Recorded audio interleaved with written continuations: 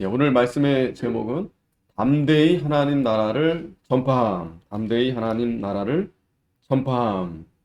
예, 오늘 28장에서 바울이 드디어 하나님께서 바울을 통해서 이렇게 하나님의 종으로 세우시고 또 그를 통해서 또 여러 이렇게 예, 선교지 가서 복음을 전하다가 이제 마침내 이 로마에까지 하나님의 놀라운 섭리와 뜻 가운데서 비로소 이렇게 오늘 마지막 이 로마에 가서 복음을 담대하게 이제 증거하게 됩니다. 자, 오늘 본문 1절에 보면 우리가 구원을 얻은 후에 안즉 그 섬은 멜리데라 하더라. 자, 드디어 이제 멜리데에 도착했습니다. 우리가 지지난주에 이제 배를 타고 이제 로마에 가는데 거기서 중간에 이제 유라굴라라는 이 광풍을 만났다고 했죠. 예, 다행히 하나님께서 바울을 통해서 하나님이 이 바울을 통해서 그 276명 그 사람들을 하나님이 붙들어 주셔서 무사히 이제 이 멜레다라는 섬의 이제 항구에 닿게 됩니다. 자, 여기 보면 이제 가이사라에서 시돈에서 이제 출발해서 무리아를 지나서 미항을 지나 그 이제 남파 중간에 이제 거기서 유라굴라라는 광풍을 이제 만나게 된 겁니다. 그리고 이제 멜레데라는 섬에 이제 도착을 한 거예요. 오늘날 이제 여기가 몰타라는 이제 섬이라고 합니다. 현재는 이런 모양이라 이런 이제 항구라고의 아름다운 도시죠. 지금은 여기에 이제 도착을 하게 된 겁니다. 2절에 토인들이 우리에게 특별한 동정을 하여 비가 오고 날이 참에 불을 피워 우리를 다 영접하더라. 자, 이 토인들은 그 멜리데 섬에 이제 거하는 원주민들이겠죠. 이 당시에는 이제 원주민, 뭐 야만이라고 하는데 이 원주민들이 호의적일 리가 없어요. 외부에 오는 사람들을 다 적대합니다. 대부분 그래요. 그런데 여기서 보면 특별한 동정을 했다 그랬어요. 이거는 하나님께서 이 토인들에게도 하나님이 역사해서 지금 이 바울이 지금 아주 죽을 고생하다가 지금 온 거 아니겠어요? 그런 그들에게 이 원주민들이 아주 잘 대접을 하게 한 겁니다. 하나님의 은혜가 아닐 수 없어요. 그리고 또 비가 옵니다, 마침. 날도 차고. 근데 이들이 불도 피워주고 다 영접했다 그랬어요. 하나님이 다 예비케 하신 거예요. 뭐 바울이 전화해가지고 이제 우리가 멜레데 곧 도착할 텐데 그 토인들한테 뭐 말이나 통하겠습니까? 예, 뭐 어디 숙소 다 예약해놓고 거기 불도 다 켜놓고 음식도 다 차려놓고 뭐 오늘날이야 그렇게 할 수 있겠지만 또 지금 바울은 죄인 신분으로 가게 된 거예요.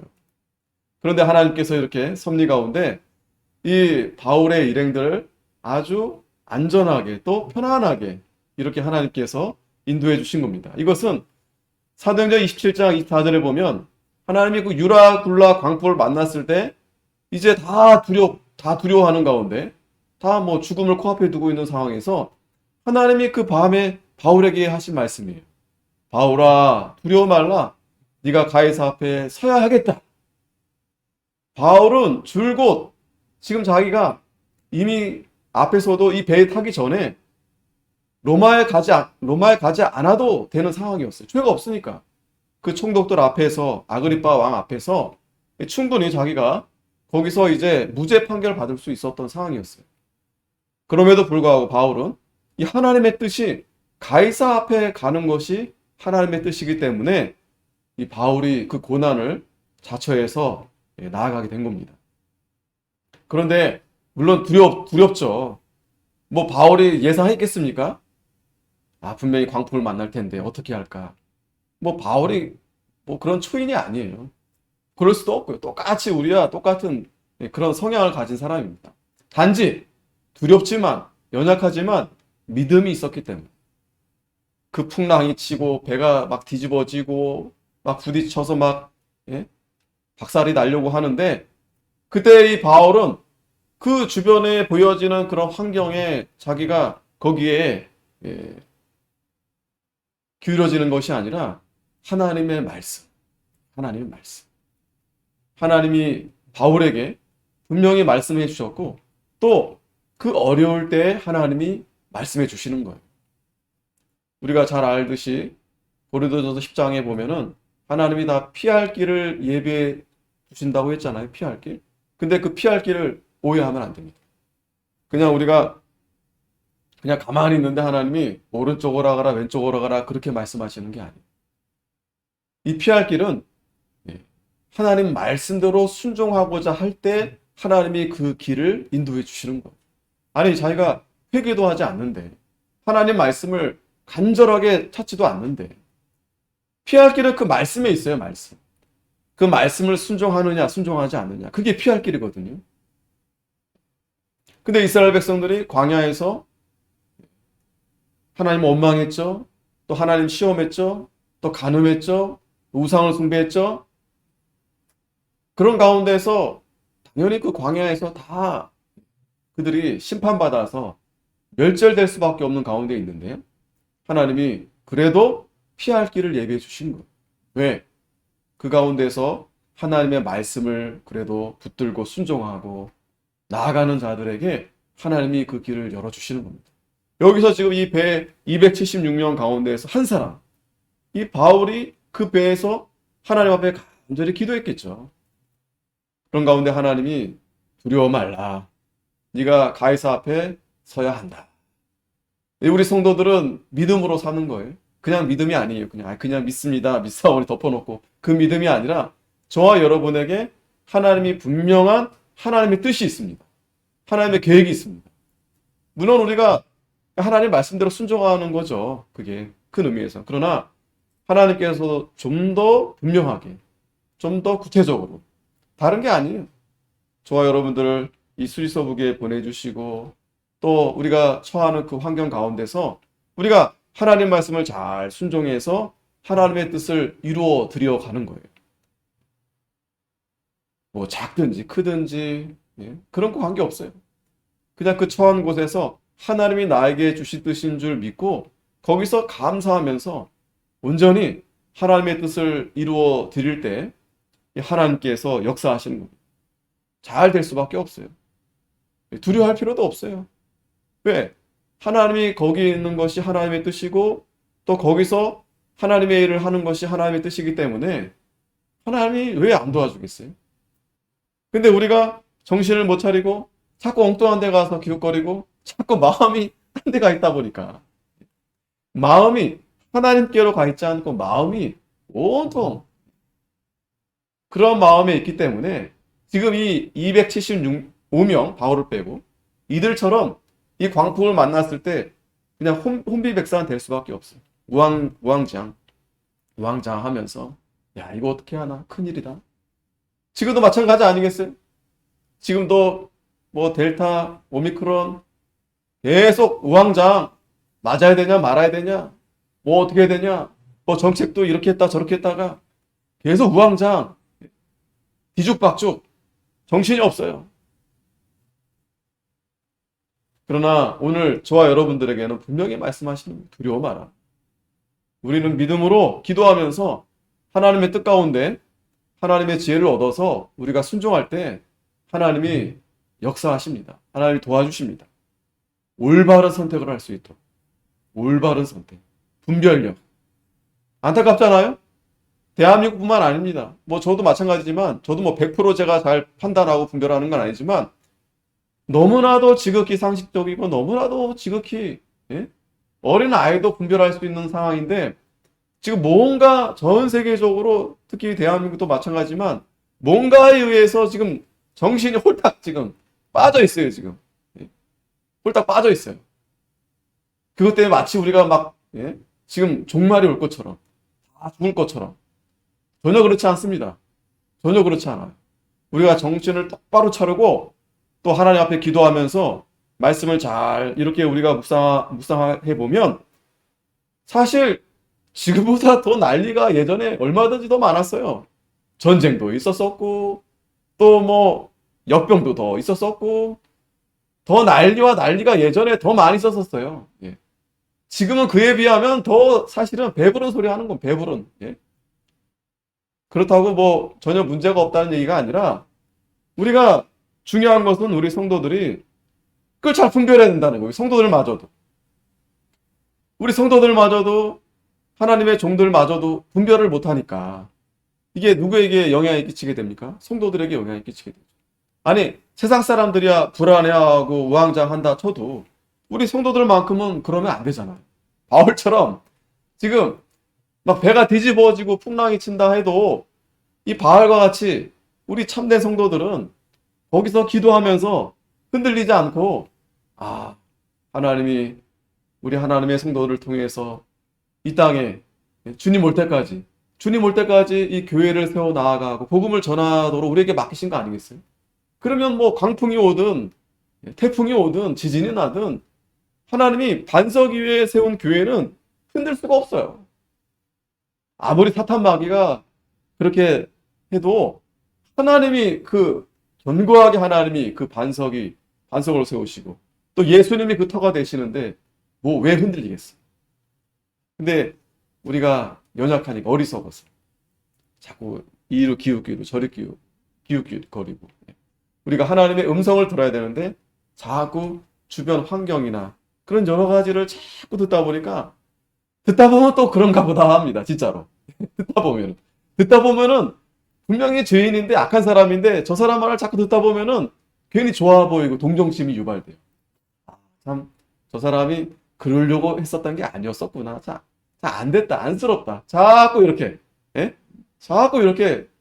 참 분별 못하게 되는 거예요. 그러면서 결국에는 또 반복적인 그러한 선택을 해버리는 거예요. 할 수 없습니다. 우리가 뭐 누구 탓할 것도 없고요. 하나님은 분명한 것은 하나님이 하나님의 백성들을 사랑하십니다. 그리고 깨어있는 성도들 뭐 많고 적고 그게 지금까지 역사적으로 봐도 하나님이 이 진리를 세워 나아갈 때 다수 가지고 이렇게 하지 않았어요. 다수 가지고. 다수로 하나님이 이렇게 하지 않습니다. 한 사람이라도 10사람이라도 하나님께서 그렇게 세워 나아가시는 거예요. 3절에 다시 본문 돌아오면 바울이 한 문 나무를 거두어 불에 넣으니 뜨거움을 인하여 독사가 나와 그 손을 물고 있는지라. 자, 굉장히 지금 그 토인들이 환영해주고 불도 피워주고 숙소도 마련해주고 음식도 대접하고 굉장히 분위기 좋아요. 분위기 좋고 한데 바울이 지금 뭐 이렇게 나무를 가지고 이제 불을 이렇게 하려고 했던 것 같아요. 추우니까 거들어서 바울도 그 할아버지가 좀 가만히 앉아 계시지.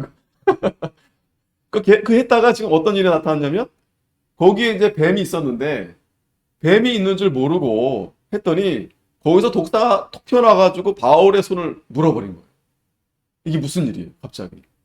큰일이 난 거죠. 그랬더니 4절에 토인들이 이 짐승이 그 손에 달림을 보고 그러니까 이 물고 이렇게 달려진 거예요. 뱀이. 그러면서 사람들이 막 소동이 났어. 이 사람은 살인한 자로다. 바다에서는 구원을 얻었으나 공의가 살지 못하게 하시비로다. 아마도 이 토인들이 이 사람을 영접하게 된 계기가 분명히 지금 건너올 수 없는 상황인데 그 어느 배도 이런 풍랑에서 살아남은 배가 없었는데 무사히 온 거 보니까 이 토인들이 그걸 보지 않았겠어요? 쟤네들은 뭔가 좀 신이 이렇게 보낸 사람인 것 같다. 아마 그런 마음들이 있었을 것 같아요. 뭔지 모르지만 분명히 그러니까 하나님께서 역사하신 건 하지만 이들이 뭐 믿음이 있습니까? 그런 어떤 토속적인 그런 미신적인 마음으로 했는데 바울이 지금 뱀에 딱 물려버린 거예요. 그러니까 순간 이 사람들 마음은 이 사람들의 어떤 사상은 다 미신적이니까 선한 사람이 그 물릴 리가 있겠어요? 그러니까 저 사람은 분명히 살인자다. 뭔가 큰 죄를 졌을 거다. 그래서 바다에서는 비록 이렇게 무사히 왔지만 공의가 살지 못하게 하십니다. 공의. 이 토인들도 공의에 대한 이렇게 말을 하는 거 보니까 좀 여느 토인들 같지는 않은 것 같아요. 그죠? 이렇게 봤을 때 이들이 보니까 뭔가 그러니까 하나님의 어떤 절대자 어떤 공의. 그러니까 이 선악 징벌에 있어서 악한 자는 반드시 벌을 받고 선한 자는 반드시 이 상을 받는다. 그런 것은 이제 모든 사람이 다 그런 걸 갖고, 그런 이제 사상이 있죠. 근데 지금 바울이 그런, 지금 뱀에게 물린 거 보니까 이거는 이 신이 이 바울을 저주한 거다. 이 바울을 심판한 거다. 이제 이렇게 토인들이 생각한 겁니다. 그랬더니 오전에 바울이 그 짐승을 불에 떨어버림에 조금 더 상관이 없더라. 그냥 뱀이 분명히 독사예요, 독사. 이건 보통이 아니에요, 이거는. 그냥 물고 도망간 게 아니고요. 물고 그냥 이렇게 막 매달려 있었던 거예요. 이 정도면 뭐 대부분 다 직사하든지 뭐 조금 있다가 죽을 텐데 바울이 이걸 털어버리고 그냥 뱀 그냥 좀 짜증이 나. 에이, 이거 뭐야 하면서 예? 막 불로 던졌던지 불로 이렇게 떨어뜨려 버린 거예요, 이 뱀을. 그러면서 보니까 또 조금 더 상처가 없어요. 아주 신기한 일이 일어났습니다. 그럴 때 사람들이 그가 붙든지 혹 갑자기 엎드려져 죽을 줄로 저희가 기다렸더니. 그렇죠. 뱀에게 물리면 또 이 사람들은 그 뱀들을 잘 알아요. 토인들이기 때문에. 저 뱀에 물리면 당연히 그 부위가 이렇게 부었든지 아니면 갑자기 엎드려져 죽어야 되는데 아무리 기다려도 이상이 없는 거예요. 그러면서 갑자기 이 사람들이 또 어떻게 생각하냐면 저 사람은 신이다. 그렇지. 살인자에서 신으로 이렇게 등극이 되어버렸어요. 참 바울이 참 이렇게 어려워요. 뭐 이렇게 그냥 넘어가는 일이 없어요. 넘어가는 일이 없어요. 예? 그러면 왜 하필 이런 일이 있었을까? 그죠?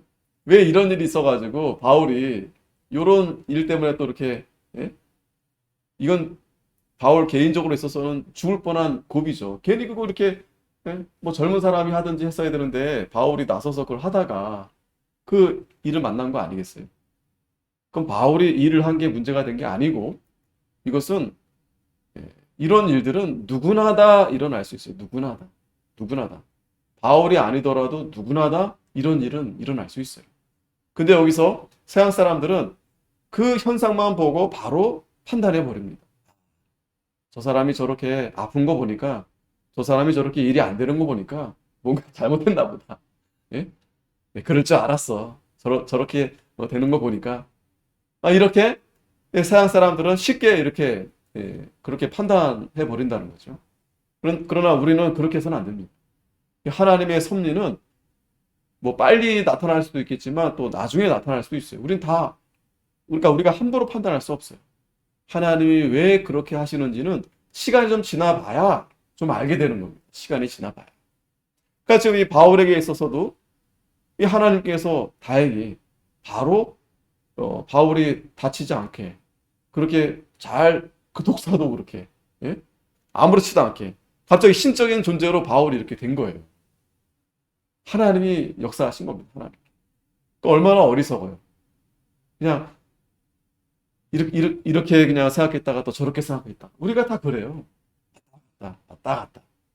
그러나 우리가 우리 성도들은 좀 더 신중하고 좀 더 우리가 하나님의 뜻을 잘 찾아서 기다리고 그러면서 우리가 판단해도 늦지 않다는 겁니다. 그리고 더 분명한 것은 우리 성도들에게 있어서 그런 어려움들 다 만날 수 있어요. 갑자기 어떤 병에 걸릴 수도 있고 갑자기 교통사고도 만날 수도 있고 그런 일들은 누구나 다 나타날 수 있는 일입니다. 누구나 다. 꼭 그 사람이 뭐 잘못해서가 아니라 꼭 예? 뭐 믿음이 좋은 사람은 늘 건강하고 아무 일 없고 사업이 잘 되고 그런 게 아니다라는 거예요. 그러면 믿음이 없는 사람들은 다 망해야 되겠네요. 예? 다 아파야 되겠네요. 안 그러잖아요. 그러니까 그런 보편적으로 보통 이렇게 우리가 나타나는 그런 부분들은 하나님께서 다 하나님의 뜻 가운데서 하나님이 섭리하시는 겁니다. 단지 우리는 그런 일이 있을 때 우리가 가령 어려운 일을 만났을 때는 우리가 하나님의 뜻을 먼저 찾고 우리 자신을 돌아봐서 내가 이런 걸 잘못했구나 회개하고 그러니까 겸손하게 어쨌든 이 고난은 우리로 하여금 하나님이 겸손하게 하시는 거예요. 그리고 기다리면서 하나님의 뜻 가운데 우리가 순종해 나아가면 반드시 하나님이 잘 되게 해주세요. 지나고 나면. 그러나 또 잘 됐을 때는 또 지나치게 우리가 또 그렇게 좋아할 필요도 없어요. 물론 감사하고 하지만 우리가 잘 됐을 때는 기뻐하고 하면서 오히려 우리가 하나님 앞에 더 영광을 돌리고 더 감사하고 또 후일을 우리가 또 잘 대비해야 합니다. 왜? 올라갔다 내려갔다 올라갔다 내려갔다 하는 거거든요. 좋은 일 있다가 또 어려운 일도 있을 수 있고 전도서에서 말씀하신 것처럼 그래서 장래일을 우리에게 알지 못하겠다 그랬어요. 장래일. 좋은 일이 올지 어려운 일이 올지 하나님이 우리에게 알게 하지 않으셨다 그랬어요. 그러나 알게 하지 않았다 하더라도 우리는 하나님이 우리와 함께 해주시니까 하나님이 우리에게 좋은 것만 주시니까 그게 비록 고난이 될지어도 어떻게 보면 고난이 우리에게 더 복이에요. 더 우리는 감사할 수 있어요. 왜? 그렇지 않으면 우리는 교만합니다. 방심하고 부주의하고 그래서 그런 어떤 어려움들을 만나게 될 때 진짜 낮아지게 돼요. 겸손하게 됩니다. 어찌됐든 지금 도착하자마자 이런 정말 갑작스러운 이런 사건이 발생했지만 뭐 아무 일이 없다, 아무 증상이 없게 되자 이 바울이 졸지에 이제 신이 돼 버렸습니다.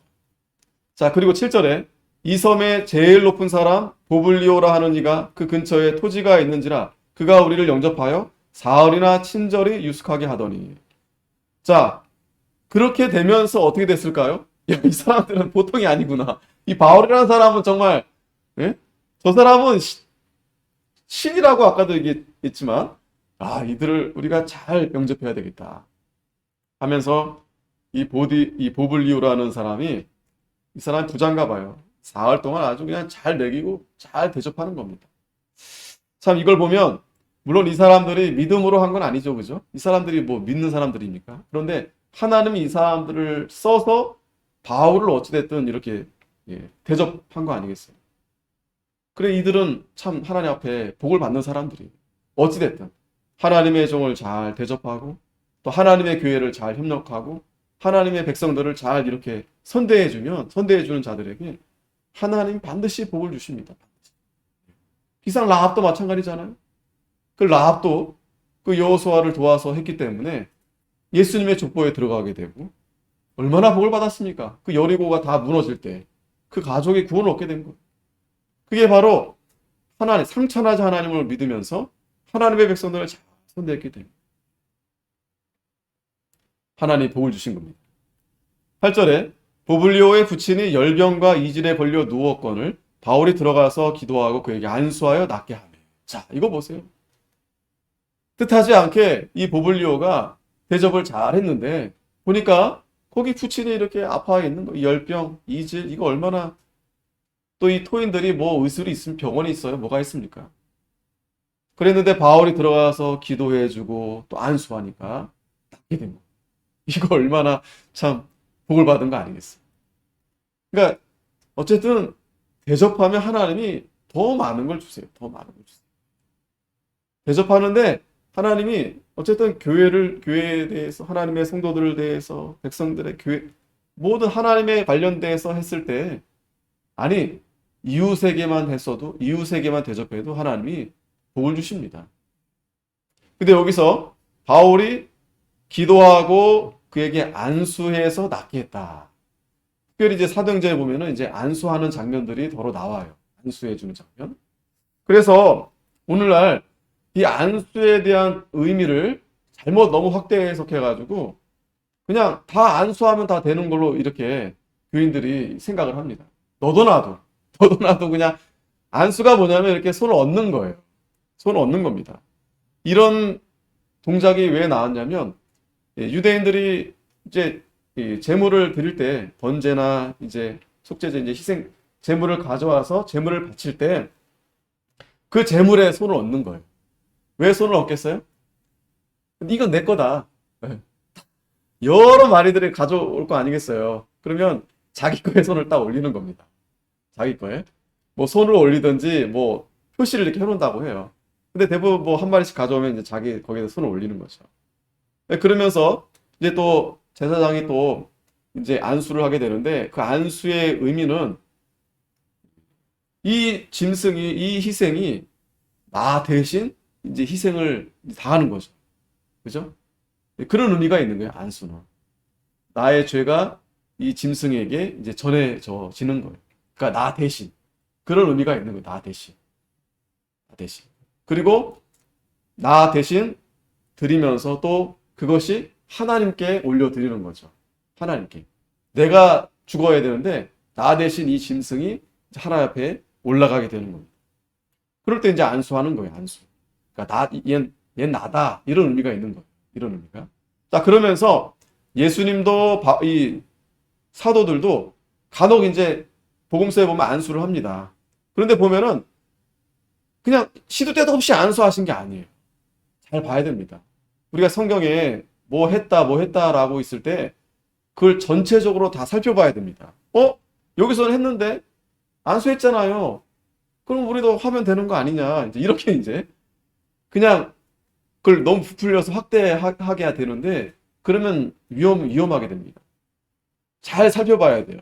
그래서 이 안수하는 부분에 대해서 성경에서 어떻게 설명하는지 또 여러 이제 학자들이 또 뭐 목사님들이 이런 걸 어떻게 해석했는지 그걸 봐야 돼요. 보면 우리 이제 개혁지, 우리 바른 정통 우리는 이 안수를 어떻게 해석하냐면 분명히 안수했어요. 예수님도 안수하고 또 제자들도 안수했습니다. 또 구약시대 안수라는 게 있었었는데 그때 이제 안수는 특별히 가장 첫 번째는 이제 임직 때 이제 안수를 합니다. 제사장을 세울 때, 또 왕을 세울 때라든지 기름 부을 때 이렇게.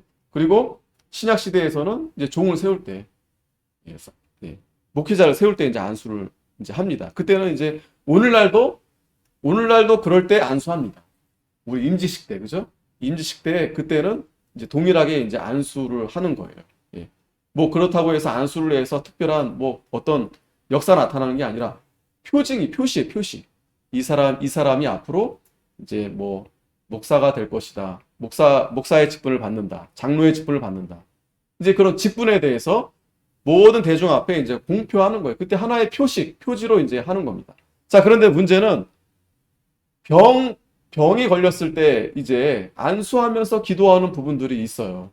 예수님도 그렇게 했고, 지금 보세요. 바울도 지금 기도하고 안수했다고 했잖아요. 그러니까 낫어요. 그래서 이걸 그냥 그대로 받아들여가지고 그냥 아무나 다 기도하면 안수하면 낫는다고 그렇게 생각해버리는 겁니다.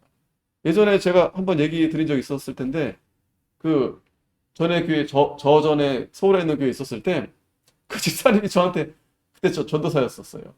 제가 막 아파하니까 자기가 안수해서 기도해주면 낫는다고 하면서 저한테 이렇게 손을 이렇게 얹어주더라고요. 해준다니까 뭐 그냥 하시라고 했는데 그러니까 그렇게 본인이 잘못 착각해가지고 그러니까 이 안수를 해야 자신의 손에서 뭔가 이렇게 하나님의 능력이 나타나는 것처럼 굉장히 위험한 생각이고 이거는 근거가 없어요. 성경에 근거가 없어요. 지금 예수님이 안수했고 바울이 분명히 안수했습니다. 예수님의 제자들도 안수해서 낫기도 했어요. 그러나 그거는 우리가 두 가지를 생각해 볼 필요가 있는데 하나는 예수님이나 아니면 사도들이나 가능한 일이다. 그 정도 예수님이나 사도들이나. 그리고 왜 그들이 안수해서 꼭 왜 안수를 해서 그렇게 했을까를 생각해 볼 때 뭐 무조건 다 안수한 것도 아니에요. 그런데 특별할 때는 또 이렇게 안수를 이렇게 해서 보여준 경우가 있었어요. 이거는 뭐 제자들을 통해서 하나님이 이 제자들의 손에서 이렇게 역사해서 그 병이 고쳐졌다기보다도 지금 바울의 이러한 행위는 뭐냐면 이들은 다 안 믿는 자들이죠. 안 믿는 자들. 그러니까 뭐 기도만 이렇게 하게 되면 좀 우리는 다 알지만 지금 이 사람들은 전혀 모르는 자들이잖아요. 지금 하나님이 누군지. 그런 것에 대해서 이 바울이 그들에게 하나님의 복음을 전하기 위해서 이렇게 특별한 어떤 모션을 이렇게 취한 거예요. 궁금해할 거 아니겠어요? 당신 지금 왜 그렇게 하고 왜 그렇게 누구에게 그렇게 한 겁니까? 그랬을 때 바울이 이제 그들에게 하나님이 고쳐주신 것을 드러나게 하기 위해서 안수를 했는데 중요한 것은 아까도 말씀드렸지만 무조건 다 아픈 사람한테 안수하고 한 게 아니다라는 거예요. 특별한 경우, 필요했을 때.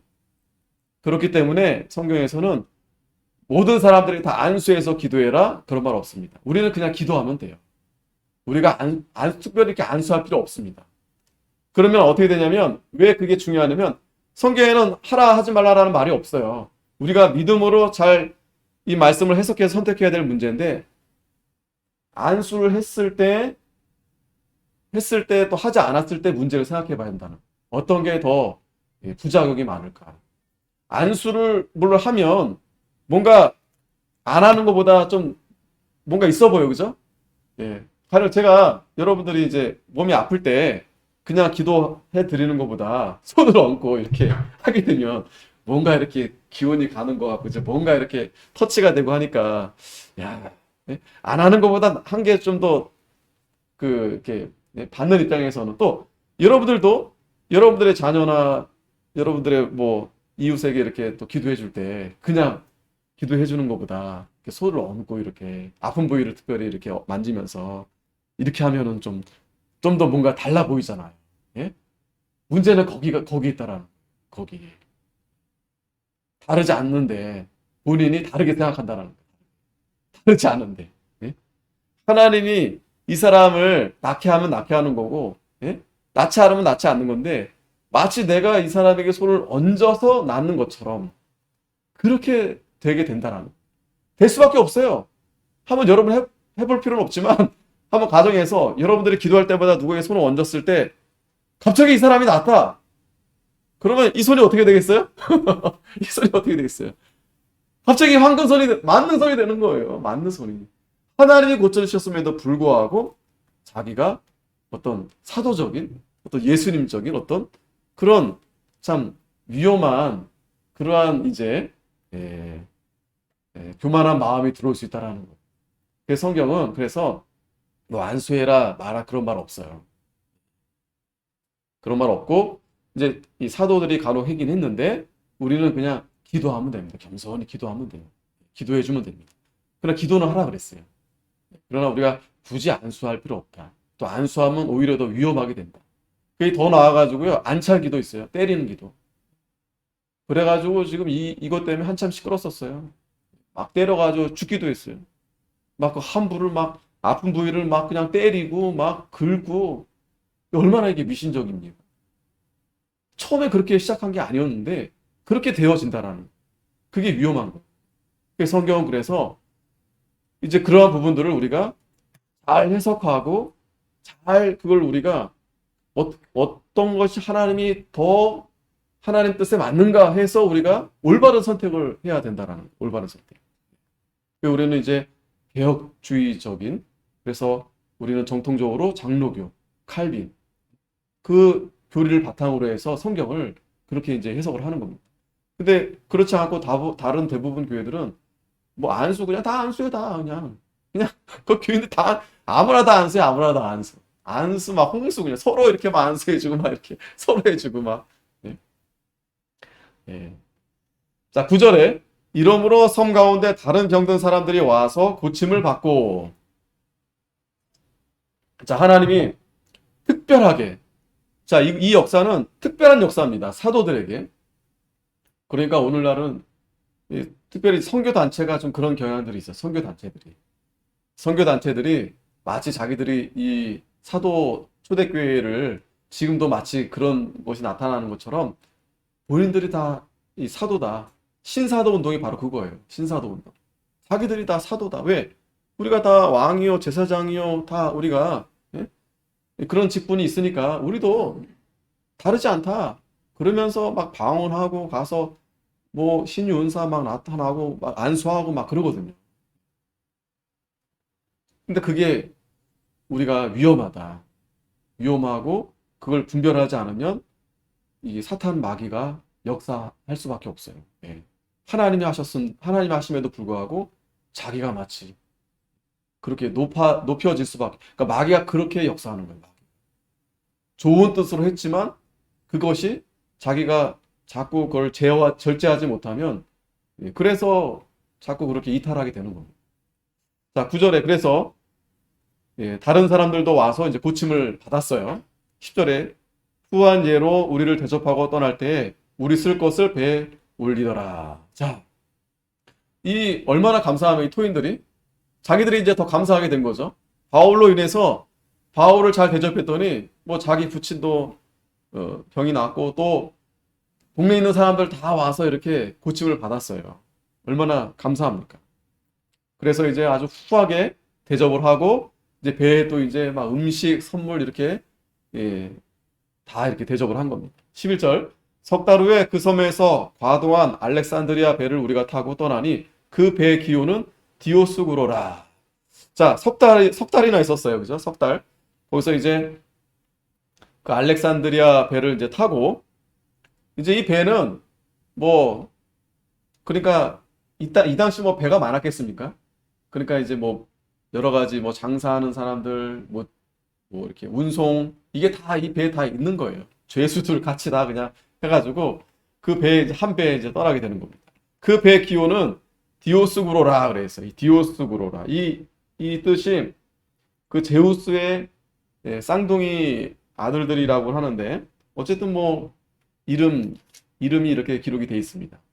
아마 이것은 지금 이 바울의 이 사건이 역사적으로 이제 분명한 역사의 기록을 이렇게 남겼을 것 같아요. 왜냐면 배 이름이 정확하니까 이 이름은 이제 일반 역사에서도 이 이름이 나와 있을 거 아니겠어요? 그래서 이것은 지어낸 얘기가 아니고 이 분명한 사실이다. 자, 그래서 이제 떠나게 됩니다. 어디로 떠났느냐? 수라구사에 대고 사흘이 있다가 저거 지도 보시면은 그 멜리데 지금 거기 머물렀었어요. 그 위에가 바로 수라구사입니다. 석 달 만에 이제 멜리데에서 떠나서 수라구사에 이제 사흘 동안 이제 머물다가 그 다음에 거기서 또 둘러가서 레기온 그 위에 또 레기온이 있죠. 이 레기온에 올라가서 또 하루를 지난 후 남풍이 일어남으로 이튿날 보디올에 이르러 자, 그 위에 또 보디올 있죠. 이제 로마에 이제 거의 다 가까이 온 겁니다. 이렇게 올라가서 이제 보디올까지 이르렀어요. 거기서 형제를 만나 저희의 청함을 받아 이레를 함께 유하다가 로마로 가니라. 보디올에서 7일 동안 또 거기서도 이제 또 형제를 만나게 됐어요. 참 이게 여러분 한번 생각해 보세요. 바울이 미리 연락한 것도 아닙니다. 예? 또 언제 도착할지도 모르고 올지 안 올지도 몰라요. 그런데 가는 곳마다 이렇게 형제들을 만나게 하시는 거예요. 형제가 없으면 아까 토인들까지 하나님이 다 준비해가지고 바울이 로마에까지 잘 갈 수 있도록 하나님이 이렇게 참 인도해 주시는 겁니다. 그랬더니 거기 형제들이 우리 소식을 듣고 아비오 저자와 삼관까지 맞으러 오니 바울이 저희를 보고 하나님께 살해하고 담대한 마음을 얻으니라. 예, 바울이 참 하나님 앞에 감사를 드릴 수밖에 없었어요. 로마에 가니까 이 아비오라는 광장인데 굉장히 유명한 광장입니다. 여기 이렇게 그림 보시면 현재 요 광장인데 저 앞에서 이제 이 바울의 소식을 듣고서 바울을 마중 나온 거예요. 형제들이. 그리고 옆에는 이 삼관이란 게 뭐냐면 세 개의 집을 말해 숙소. 여기에 이제 바울이 머물게 되는데 이 형제들이 이제 바울을 맞으러 나온 겁니다.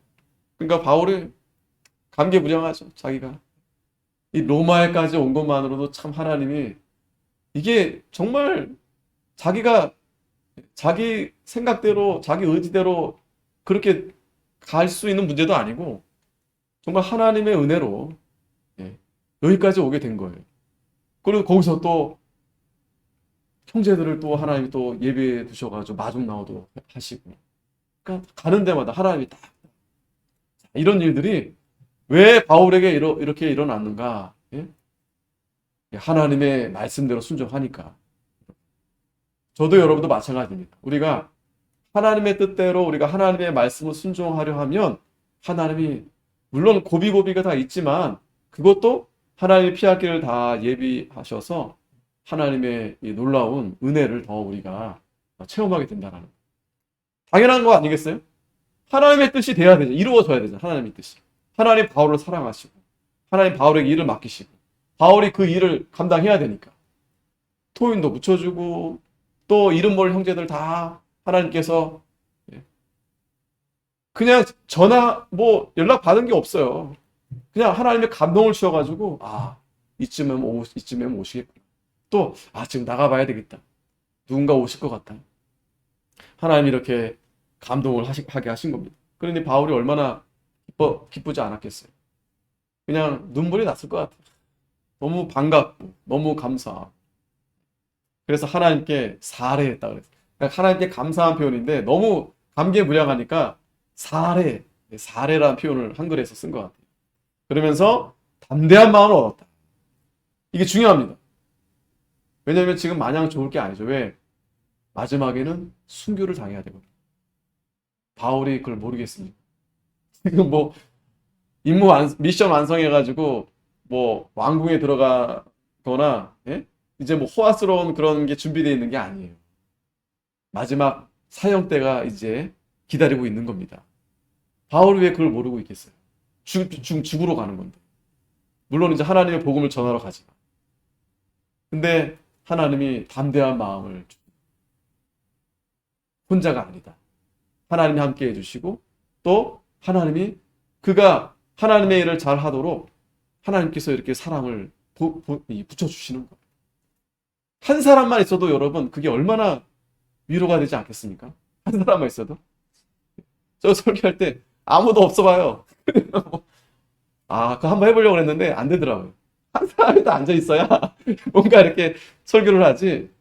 두 사람 있고 세 사람 있어. 그러니까 두세 사람이면 뭐 두세 사람 더 많으면 좋겠지만 성경에는 두세 사람만 있으면 두세 사람.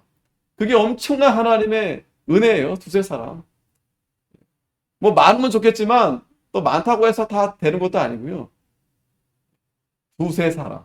뭐 꼭 두세 사람만 있어라는 법은 아니지만 어찌됐든 하나님께서는 그 하나님의 일을 하려고 할 때 하나님이 이렇게 그 사람을 통해서 그 사람이 잘할 수 있도록 하나님이 이렇게 도와주신다는 전혀 모르던 사람들.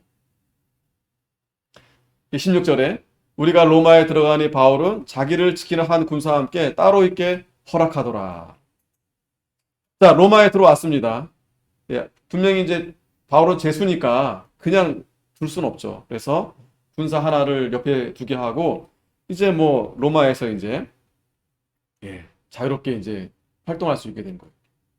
사흘 후에 바울이 유대인 중 높은 사람들을 청하여 모인 후에 이르되 여러분 형제들아 내가 이스라엘 백성이나 우리 조상의 규모를 배척한 일이 없는데 예루살렘에서 로마인의 손에 죄수로 내어준 바 되었으니. 자, 이제 바울이 로마에 가 살 일이 뭐예요? 복음을 전해야죠. 하나님 말씀을 선포해야죠. 이게 바울이 할 일이에요. 바울이. 로마에 왔으니까 뭐 어디 여행을 가고 뭐 아는 사람 찾아보고 그게 아니고 바울은 하나님의 복음을 전하는 일이 사명입니다. 그래서 그 유대인들 중에 높은 사람을 청했어요. 그 로마지만 로마에도 유대인들이 분명히 있습니다. 그래서 그들에게 이제 바울이 이제 자기를 변호하면서 이제 복음을 전하는 거예요. 왜? 거기 사는 사람들은 아직 바울에 대해서 정확하게 몰라요. 정확하게 잘 모릅니다. 내 마음. 그러나 이렇게 들려온 얘기는 있죠. 바울이라는 자가 좀 소동이 있고 좀 뭔가 있는데 궁금하긴 했겠죠. 거기서 특별히 이제 바울이 그들에게 자기를 변호하면서 이제 말씀을 전하는 겁니다. 자기는 우리 조상의 규모를 배척한 일이 없다는 거예요. 맞잖아요. 바울이 유대인들을 비난하고 헐뜯고 이런 거 없었습니다. 그런데 그들이 예루살렘에서 로마인의 손에 죄수로 내어준 바 되었다. 내가 여기 온 건 물론 이 죄인 신분으로 왔지만 내가 잘못한 것이 아니라 죄가 없는데 그들이 나를 이렇게 로마의 손에 죄수로 이렇게 오게 한 거다. 18절 로마인은 나를 신문하여 죽일 제목이 없으므로 노으려 하였으나. 이 로마인들은 오히려 나 죄가 없음을 인정했는데 그러나 문제는 유대인들이 반대하기로 내가 마지못하여 가이사에게 호소하며 내 민족을 송사하려는 것이 아니로라. 참 이게 이해가 안 됩니다. 왜 이렇게 유대인들이 바울을 미워했을까? 아니 바울보다 바울을 미워한 이유는 예수님을 미워한 거예요. 예수님. 그 잡아 죽였죠. 분명히 예수님은 아브라함과 다윗의 혈통이고 구약의 선지자 율법이 예수님이 왕으로 오실 것을 다 그렇게 말씀했는데 율법을 너무나도 잘 안다는 자들이 이 유대인 예수를 죽인 거예요. 근데 이걸 오늘날 가만 생각해 보니까요. 지금도 마찬가지다라는 생각이, 마찬가지. 저도 알게 모르게 말씀을 전할 때마다 한편으로는 이스라엘에 대해서 굉장히 좀 좋은 그런 감정이 있어요. 여러분들, 그죠? 이스라엘은 참 돈도 많고 권력도 많고 참 특별하다. 예? 뭐 노벨상도 많이 받고 우리가 굉장히 어떤 존경한 부분도 있고 그렇잖아요. 그런데 걔네들은 유대인이에요, 유대인. 유대인들은 예수님을 죽인 자들이고 지금도 믿지 않는 자들이고 분명한 것은 누구보다도 기독교를 싫어하는 자들이 유대인이다, 유대인. 가만히 보니까 이게 물론 아시는 분들은 다 알겠지만 저번에도 한번 말씀드렸지만 그 불법의 비밀이 아직 드러나지 않았다고 그랬어요. 그죠? 그 실체가. 이제 마지막 때에 드러나게 되는데 그 불법의 핵심은 사탄 마귀겠죠. 그죠? 그런데 그 마귀를 중심으로 그 비밀의 베일에 쌓인 무리들 중에 유대인들이 단연코 유대인들이. 왜? 돈과 권력과 정치 다 쥐고 있잖아요. 근데 그들이 과연 기독교인에 대해서 우호적일까? 절대 그렇지 않다라는 거예요. 절대. 왜?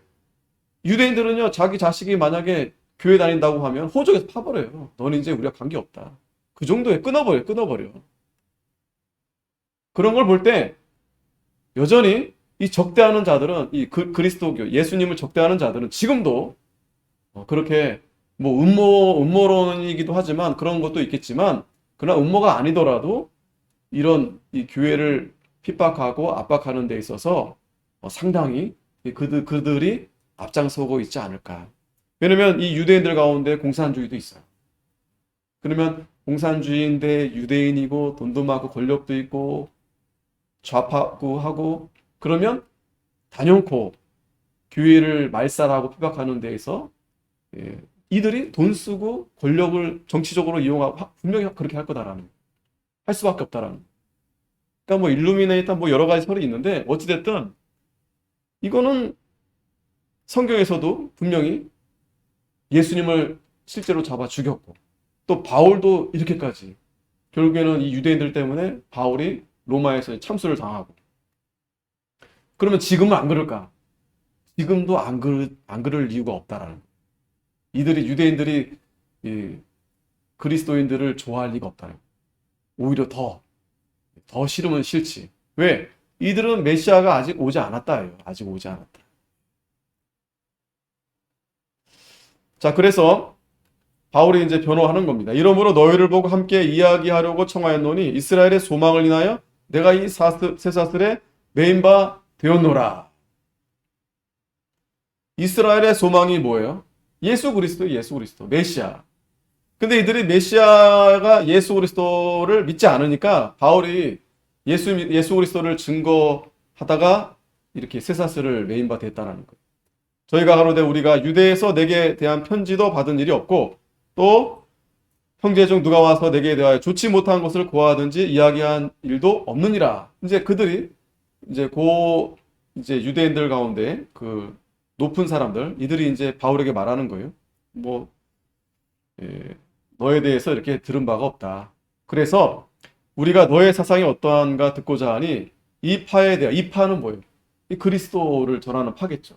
그러니까 이 유대인들은 뭐 여러 파가 있는데 그 중에 이제 예수님을 따르는 바울 또 예수님의 제자들 그 파가 있다라고 이제 생각한 겁니다. 그러니까 이 유대인들은 여전히 예수님을 뭐 믿지 않을 뿐더러 구약의 율법에 이렇게 그러니까 유대교 쉽게 말하면 유대교. 그래서 어디서든지 반대를 받는 줄 우리가 알미라 하더라. 그러니까 알긴 알아요. 이 그리스도 예수님이 죽었고 또 그 따르는 자들이 이렇게 반대를 당하는지 저희가 일자를 정하고 날짜를 정하고 그의 우거하는 집에 많이 오니 바울이 아침부터 저녁까지 강론하여 하나님 나라를 증거하고 모세의 율법과 선지자의 말을 가지고 예수의 일로 권하더라. 자, 참 그래도 이들이 이제 들으려고 해본 거죠. 왜냐하면 바울은 좀 특별하니까. 왜 로마까지 건너왔는데 로마 시민권도 있고 또 이 유대인들이 이 바울을 봤을 때 그러니까 하나님께서 이들에게 이제 바울이 강론하도록 이제 하나님이 이제 열어 주신 겁니다. 그래서 아침부터 저녁까지 그냥 자 뭐를 증거했어요? 하나님 나라. 왜 하나님 나라를 증거했겠습니까? 이 유대인들은 하나님 나라가 이 내세, 현세, 하나님 나라가 이루어질 걸로 그렇게 생각했어요. 예루살렘이 자기네들 이 이스라엘 나라가 다시 회복이 되고 이 세상에서 현세적인 그런 나라를 그들이 이제 바라보고 있는데 바울은 예수님은 그게 아니죠. 하나님 나라가. 시작은 되었지만 우리는 영원한 하나님 나라. 그 나라에 대해서 증거하면서 모세의 율법과 선지자의 말을 가지고 예수의 일로 권하더라. 예수의 일은 뭐예요? 왜 예수님이 십자가에서 죽으셨다가 3일 만에 다시 부활하시고 또 승천하시고 다시 오시겠다라는 이 복음을 증거한 겁니다. 자, 그런데 그 말을 믿는 사람도 있고 믿지 아니하는 사람도 있다. 그렇죠. 할 수 없어요. 잘 듣는 사람도 있고 믿는 사람도 있고 믿지 않은 사람도 있어요.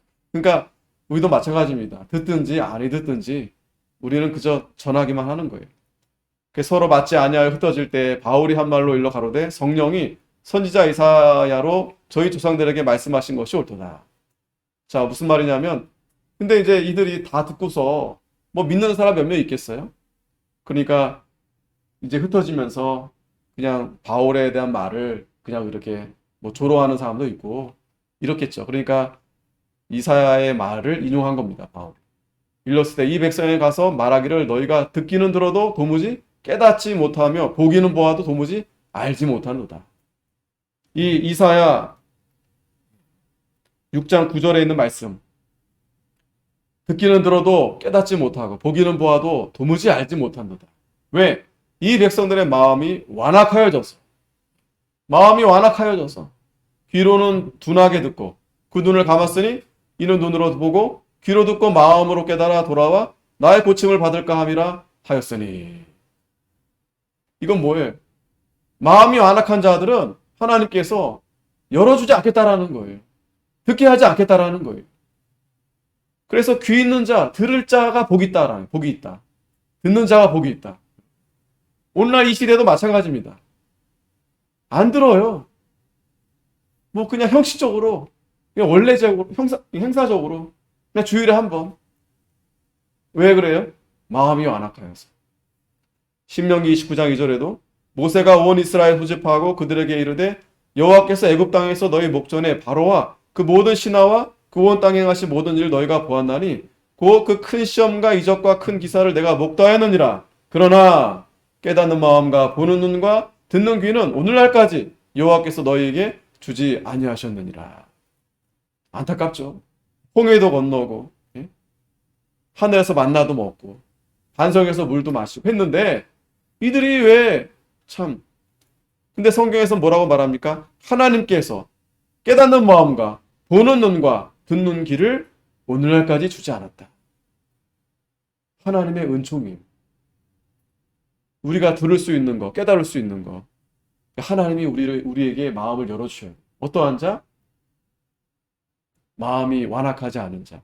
그래서 요한복음 8장 47절에 하나님께 속한 자는 하나님의 말씀을 듣나니 너희가 듣지 아니함은 하나님께 속하지 아니하였음이로다. 하나님께 속한 자만이 듣는 거.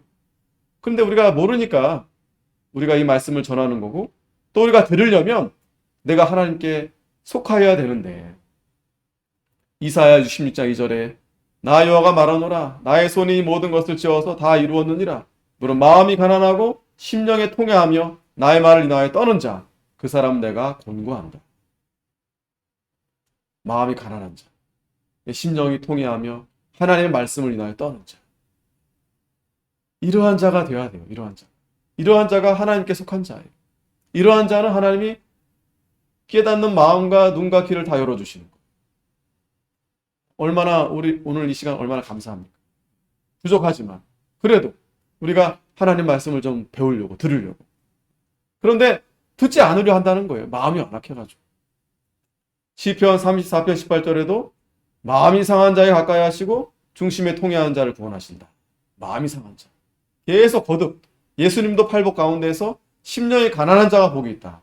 마음이 가난한 자가 복이 있다. 예. 그러니까 마음이 하나님이 안 되는 거예요. 하나님이 아니면. 하나님 말씀 듣는 게 최고로 그게 간절한 거예요. 그 가난한 절박한 심령. 하나님에 대한. 시편 51편 17절에도 하나님이 구하시는 제사는 상한 심령. 상한 심령으로 나오지 않으면 하나님이 그거 다 받지 않는다라는. 아무리 살찐 짐승을 가져오고 화려한 찬양대를 하고 그거 다 누굴 위한 거예요? 자기를 위한 거예요. 자기. 하나님을 위한 게 아니라. 하나님은 그래서 마음을 보시는 마음, 중심, 상한 심령, 상하고 통해하는 마음, 이러한 마음을 주께서 멸시치 않는다. 그러한 성도들에게 하나님이 큰 은혜를 주시는 거예요. 자, 이제 마지막에 28절. 그런즉 하나님의 이 구원을 이방인에게로 보내신 줄 알라. 너희는 또한 들으리라. 지금 바울이 그 유대인 높은 사람들한테 말하는 거예요. 너희들에게 이 복음, 예수 그리스도, 이 생명의 말씀, 영생의 말씀이 왔는데 너희들이 듣지 않으니까 이방인에게로 하나님께서 보내신 거예요. 그래서 어떤 목사님은 그래서 결국에는 땅끝이 어디냐? 이스라엘이 땅끝이다. 왜? 거기서 시작을 했는데 그들이 하나님을 예수님을 버리니까, 믿지 않으니까 결국엔 마지막이 이스라엘이 아닐까. 지금도 거기 안 믿어요. 다 유대교들이지. 더러 있긴 하지만. 29절에는 없는데 이제 다른 성경에는 저가 이 말을 마칠 때 유대인들이 서로 큰 논쟁을 하며 물러가더라. 이제 물러갔어요. 30절에 바울이 온 이태를 자기 셋집에 유하며 2년, 자 로마에서 2년 동안 셋집, 그러니까 세를 내면서 집에 유하면서 자기에게 오는 사람들을 다 영접하고 담대히 하나님 나라를 전파하며 주 예수 그리스도께 관한 것을 가르치되 그 많은 사람이 없더라. 아멘. 예. 이 31절로 마지막을 마칩니다. 이 바울이 이 사도행전에서 우리에게 두 가지 중요한 말씀을 해주시는 교회, 하나님이 이 신약 교회, 초대교회를 어떻게 세워가시는가. 하나님께서 세우셨다. 성령께서. 성령의 역사로. 그리고 하나님의 종들은, 성도들은 그 성령의 인도를 따라서 하나님 말씀대로 나아갈 때 하나님께서 그들을 통해서 담대히 하나님 나라를 전파하게 하고 예수 그리스도에 관한 것을 가르치는데 그 많은 사람이 없다. 하나님이 이렇게 우리에게 놀라운 이 복음의 은총을 베풀어 주신 겁니다. 자, 마지막으로 그림을 보면 이제 여기가 로마 감옥의 마지막에 갇혔던 곳이라고 합니다. 그리고 옆에 이 벽화는 지금 이 가운데 사람이 이 돌이에 뭐예요? 하여튼 뭐를 내려쳐가지고 바울의 목을 지금 이렇게 두고서 목을 이렇게 절단시키는 그런 형을 받는 그림을, 이 벽화를 해놓은 거예요.